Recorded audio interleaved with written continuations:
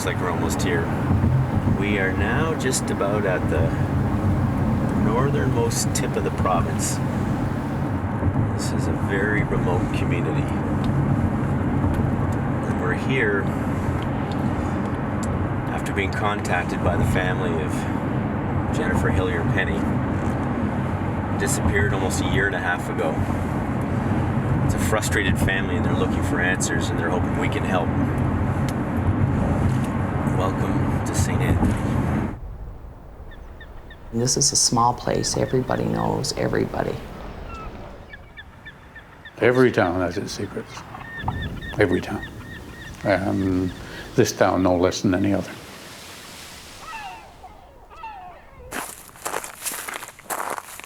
First thing I learn about St. Anthony, the town is named after the patron saint of the lost. And it's easy to see how someone could go missing here.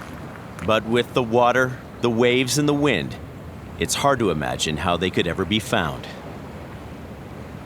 As I was standing on the cliffs, I felt like I was on the edge of the world, looking over the edge. Maybe Jennifer Hillier-Penney's life had pushed her to the edge, and maybe she went over it. She disappeared November 30th, 2016. That much we know. She was 38, married to Dean Penney, a local fisherman. Jennifer was known to a lot of people. They knew her as a kind, passionate, funny. She had a lot of friends, no enemies, she was just well-liked. She was always very family-oriented. She loved kids, she loved being around her family, and her family loved kids. Her world revolved around her two girls, Dina and Marina. I'm really struck looking at you how much you look like your mom. Yeah, we're like twins. A lot of people who didn't know us will probably think we were sisters. We were best friends. She just talked to me anytime there was a Ningona, we'd just call each other. Jennifer has 7 brothers and sisters. Her presence always a gift. Her absence, now an open wound.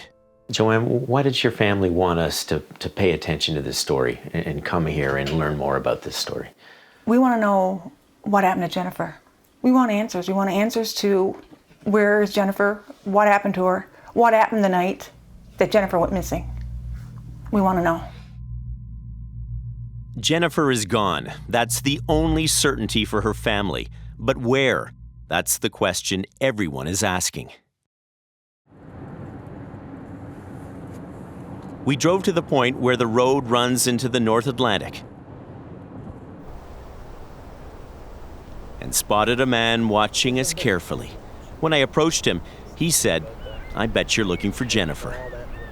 Winston, you've lived 75 years here. You've lived off the land here. You know it probably is better than most people here. How does somebody just disappear?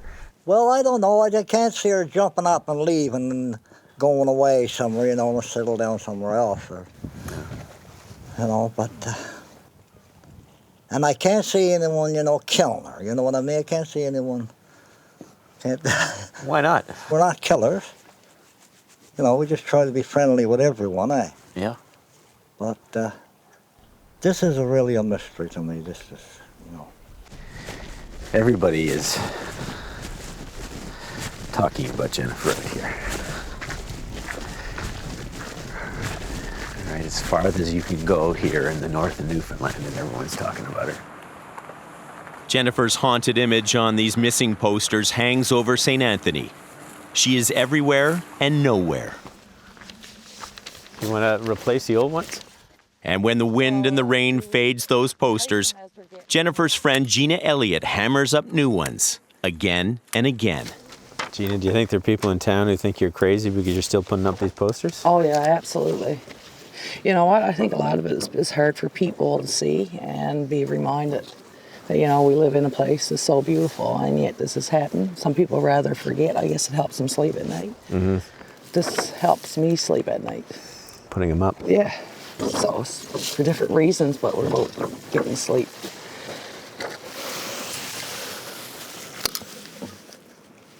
Jennifer knows we're here, not giving up. I knows that. I really believe that. So I'll be putting up these posters for a long time.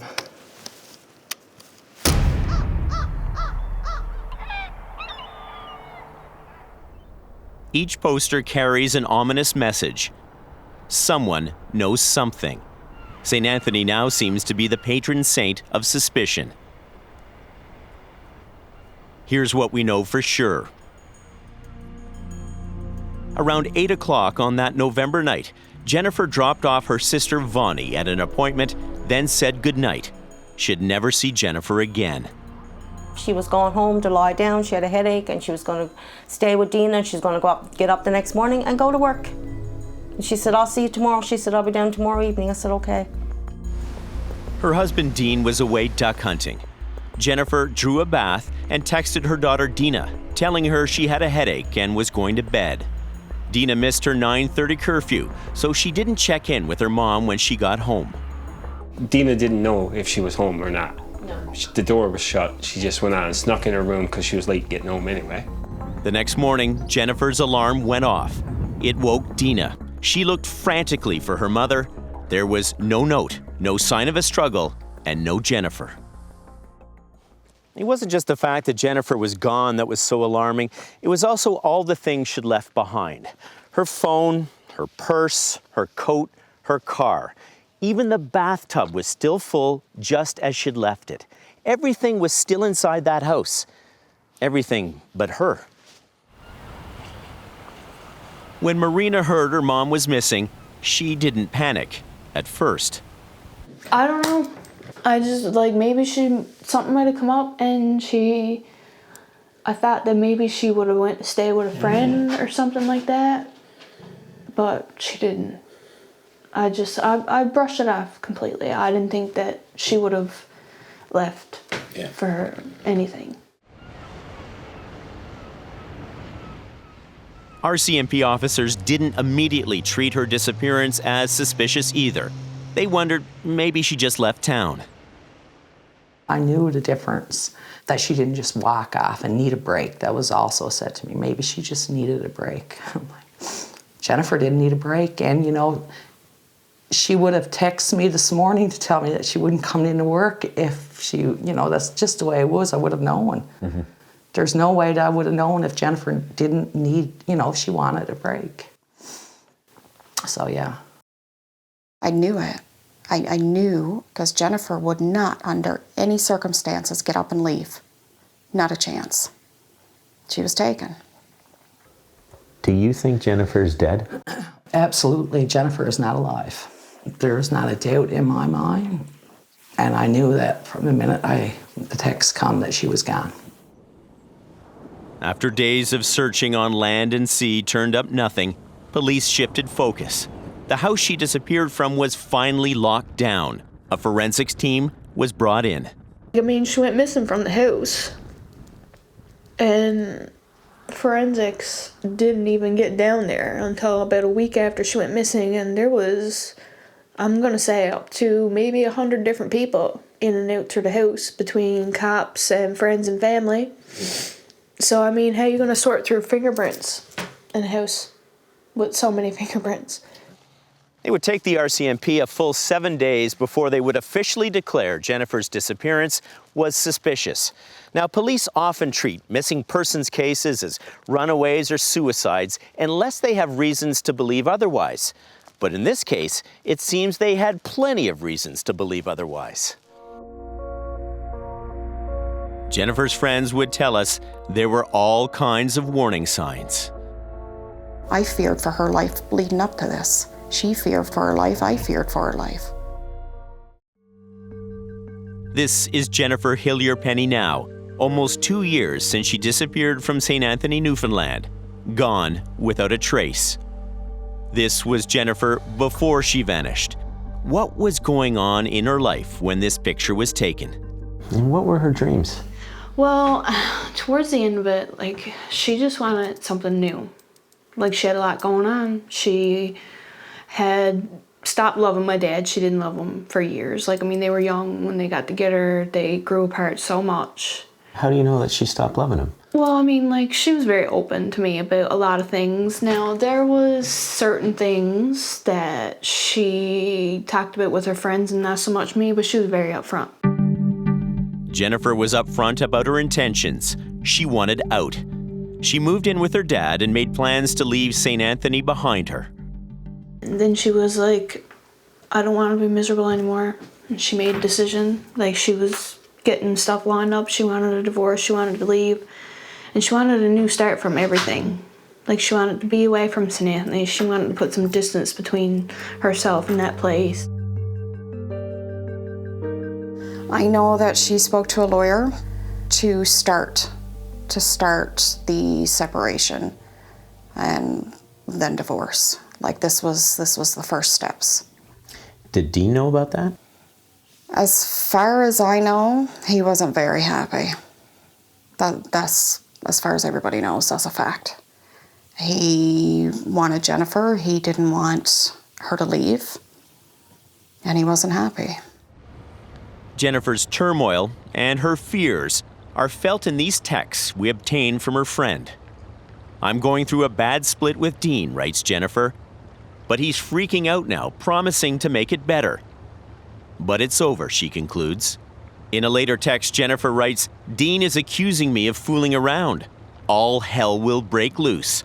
She adds, I don't trust him.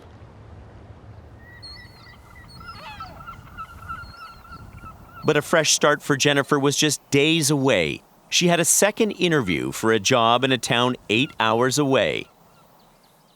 Then she heard from Dean. Could she watch their daughter while he was away? She went back to the house for a week because Dean was hunting, apparently. Dina, her youngest, wanted to stay in the house. It's right next to her school. Jennifer didn't want to go there. She didn't want to be alone, but she did not want to be in that house. Jennifer was frightened to death of him. Jennifer was scared of him. I'm scared. I said, what are you scared of? I'm just afraid. She said, Dean is going to come back in the middle of the night. I said, yeah, but Jennifer, Dean wouldn't do nothing to you, you know? You don't know of any, you don't know. But when she was afraid about going back to the house, was that because she was afraid about being close to your dad? I think it was. That's definitely what she meant. I mean, who else would it have been? Fear often stokes suspicion. And in a small town like this, it seems everyone has a theory.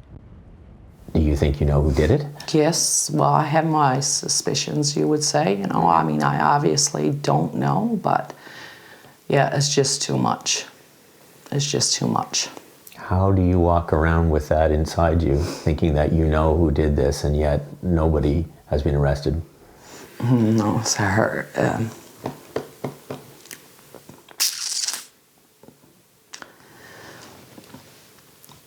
You just feel like you want to explode. It's like you want to, I just want to stand on the tallest mountain and just like somebody, like wake up, do something is what you feel like, right? Could it be Jennifer fled St. Anthony out of fear? And if so, what was she afraid of? Suspicion hangs like dense fog over Jennifer's husband, Dean Penney. His lawyers told him not to talk publicly about Jennifer's disappearance, but it seemed crucial to hear from him. So we approached him to give him a voice in this story. So this is it? Yep, that's it. Without his knowledge, we recorded our conversation as I asked him for an interview. Dean, how are you? I'm Mark Kelley from CBC Television. Hey. How are you? Sorry about Jennifer. We've come up here trying to find some answers, just as I'm sure you are too. We wouldn't mind finding some ourselves, but... How do you feel when people suspect you had something to do with it? Well, I mean, people's going to suspect it, but I mean, I'm not going to feel bad over it because I didn't do anything, so... You know, really is... The only bad thing I feel about it is for girls. Yeah. Because, I mean, the 3 of my girls was everything to me. And still are. Well, people often suspect Yes. the husband, the partner. Yeah. But they couldn't be more wrong this time. But how do you explain how somebody can disappear? I don't know. From your own house? Without a trace and nobody know nothing about it. I know. And that's one of the reasons we're here. So, I mean, that's pretty strange. Like, even Jennifer, I was down at the cabin down Norris Arm. Mm-hmm. I was down for a full week. Hunting, right? Duck hunting, right? And is just really strange, eh? We spoke for more than half an hour, and yet there are still so many unanswered questions. Dean said Jennifer was sending texts to another man the night she disappeared. So, who was he? Why has no one been identified as a suspect? And why did it take the Mounties days to treat the house where she disappeared as a potential crime scene? And why is the RCMP refusing our request for an interview to discuss this case? In the coming weeks, we would return to St. Anthony, heading out with a search party. Any luck? I think it's here. And taking a closer look at the disappearance of Jennifer Hillier-Penney.